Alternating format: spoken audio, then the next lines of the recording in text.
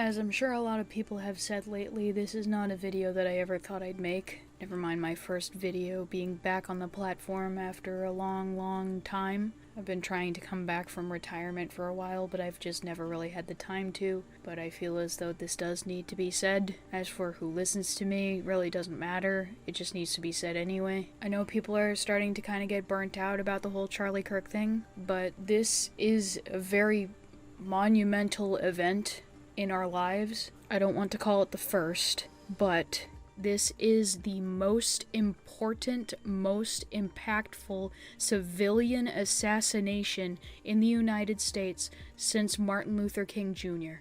And not only has it had an extreme impact on people who agreed with Charlie, it has also had an extreme impact on people who simply disagreed with him, but have now seen the evil that their political side is capable of. Because yes, while it is evident that the person who shot him was a left-wing extremist and was likely doing it to impress people that he had a fetish about, who he is does not matter in the grand scheme of things. What does matter is that people on the left have been celebrating his death like they were the ones who pulled the trigger and did it for some kind of betterment of humanity. I don't even know if they realize just how inhuman it is to celebrate somebody's death, especially if their only sin against you was mildly disagreeing with you. And one of the many reasons why it was so impactful is because Charlie did not hold any ultimate power. Was he influential? Yes. But he wasn't a president, he wasn't a ranking official, he wasn't any sort of political standing man in power. He was just a guy. He was just a man with a few opinions that people either liked or disliked, or hated to the point of murder, apparently.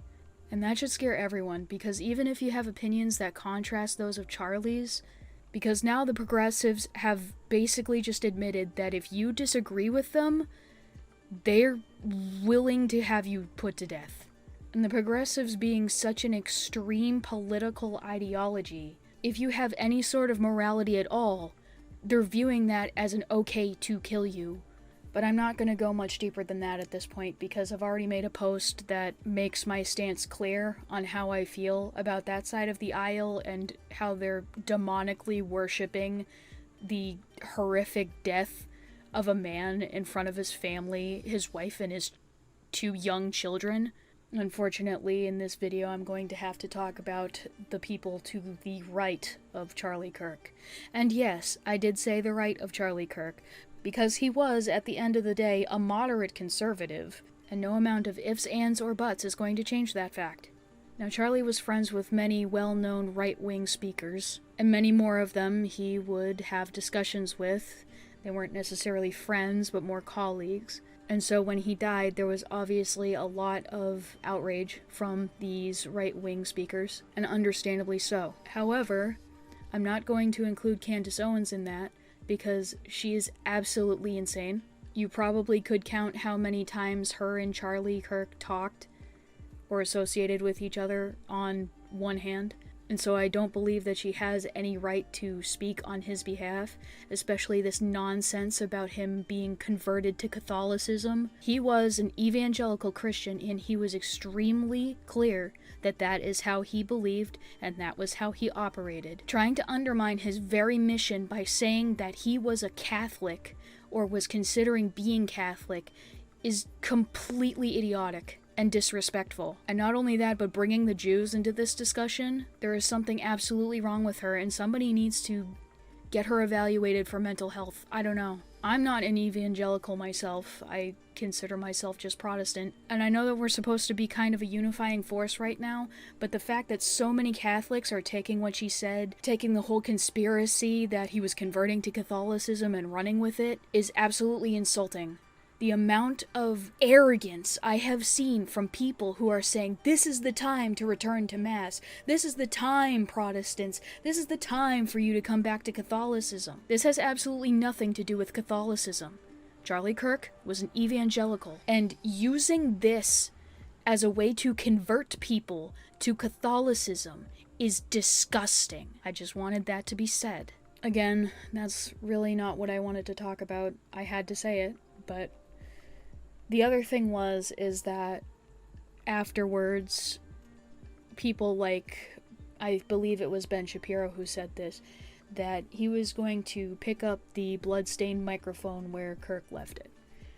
And I understand what he's saying, but he can't. And two, Matt Walsh, as good of friends as him and Kirk supposedly were, Matt Walsh is also not going to be able to pick up that microphone. And I'm going to tell you why. Because the whole reason why Kirk was such an influential figure, especially compared to them, is that he had a tactful way of speaking to people, allowing them to speak, and engaging with them in a respectful way that managed to really reach an understanding between the two parties that had not yet been done before. And that takes a man like Charlie Kirk to do. The person who will be picking up that microphone, and I really hope somebody does, needs to be somebody who is not only out there, that he doesn't just seek to convert. He needs to be somebody who is willing to say, I don't agree with what you're doing, but as a Christian, I love you anyway. And that is what he did. Ben Shapiro is really more of a, you're dumb and I'm gonna tell you why kind of person. And so his type of approach is more popular with the older crowd who is just sick and tired of seeing us youth and young adults being stupid and just wants to see them get owned. Now, whereas somebody like Matt Walsh, he doesn't necessarily do that, but he does the opposite. Instead of engaging people and challenging their ideas, he simply lets them speak. He doesn't engage directly. I mean, maybe he's done it a few times, but as far as I know, more often than not, he doesn't engage at the time. He just lets people speak, lets them get angry, lets them say dumb things, and that's it. But Charlie was somebody who would allow you to pick up his microphone, ask him anything, and he would simply tell you what he thought, and he would ask you questions that maybe you didn't think about. So many people that were just thrust into this whole world of transgenderism before you even discovered who you would have been without the surgery, without the hormone replacement, without all this stuff. They went to him to ask him what he thought about their situation. And his initial response wasn't, you're dressing like a woman, but you're definitely a man. I mean, he did say that, but he didn't put it so bluntly. Instead, he would ask them, are you satisfied with what you've done? He would tell them that he believed that they weren't who they thought they were, but he would also ask them, are you satisfied? And that really did get people like that thinking, am I satisfied? Am I happy with what has been done to me? It's that kind of thing that made Charlie Kirk so influential and so good at what he did. And that is why people wanted him dead, because he was good at it.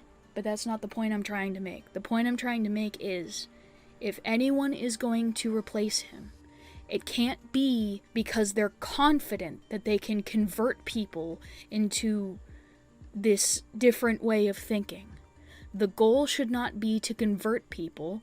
The goal should be to come to an understanding, to have healthy discourse, and get people to think. And that's why someone like Ben Shapiro, Matt Walsh, whoever else like that, will not be able to take Charlie Kirk's place. Somebody who is going to be able to withhold enough, but also be honest, is going to have to do that. And as much as I really respect Erica, and as much as I don't think that she will be attempting to take the microphone in his place, I also do think that it needs to be a man. Because even though, yes, there are women who are capable of speaking to men, most of my friends are guys, but if you were a woman, would you want to hear a man talking about your period? Would you trust his opinions? Maybe you would. Maybe he's a biologist or something, and he could tell you things that you never thought about before, sure. But he doesn't necessarily understand what a period feels like, how you have to deal with it. I know this is gruesome to say, but it's true, isn't it? The same thing goes for men. In recent years, a lot of the focus has been on issues that are predominantly about women. So if you have a woman going around saying that, yes, I understand what men go through when they're hated in society, she doesn't. Because she's a woman, and she knows what it's like to grow up as a woman in this society. A man knows what it's like to grow up as a man in this society. And I know there's plenty of people who don't see it that way, but it is the truth. We can't understand what everybody goes through. And that's okay. We don't have to understand what everybody goes through. We don't have to know what it's like to be each other. We just have to understand, sometimes part of being a good person is recognizing when you cannot be the help. And hopefully, somebody like Ben Shapiro, Matt Walsh, and all those other right-wing commentators that are probably hoping to fill Charlie's shoes, if even slightly, will realize and know that they're not going to be able to do what Charlie was doing, and instead work to find someone who can. Stay safe out there, and hopefully I can actually get to the videos I want to make. No guarantees, of course. Who knows what the future brings.